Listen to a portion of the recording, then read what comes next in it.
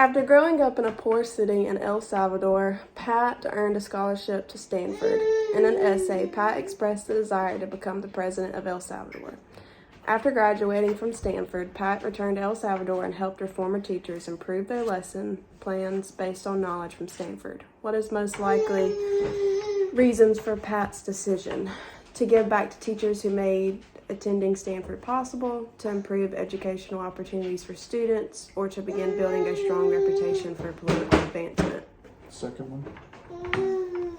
So first one, the teachers. Yeah, second.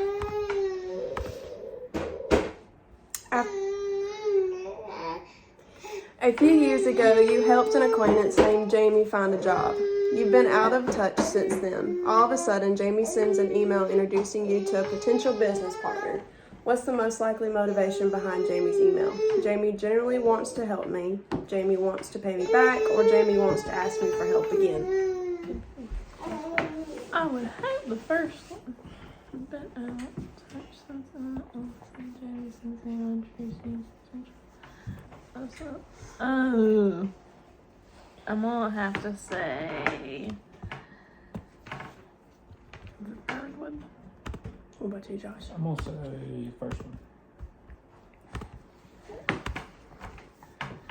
Alright.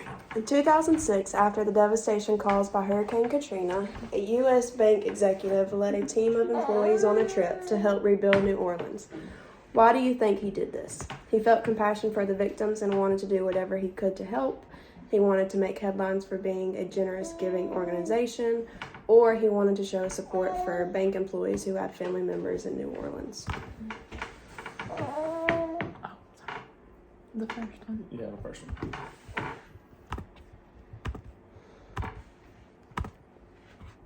A colleague is writing an article on how workplaces are changing. The colleague needs to add some information about social media, which happens to be one of your areas of expertise. You spend several hours making a list of relevant sources and readings. A few weeks later, the colleague finishes writing the article and it appears in a major newspaper. A section of the article is based on your recommendations, but you're never mentioned, let alone thanked or acknowledged. What would your first reaction be? I should approach the colleague and ask for a correction to be printed. My colleague owes me now, so I can bring this up in the future if I need something, or it's not a big deal, I was glad to help. The first one. Go last. So honest opinion. Okay, so Kinsey, you scored 40% taker, 27% matcher, and 33% giver. Okay.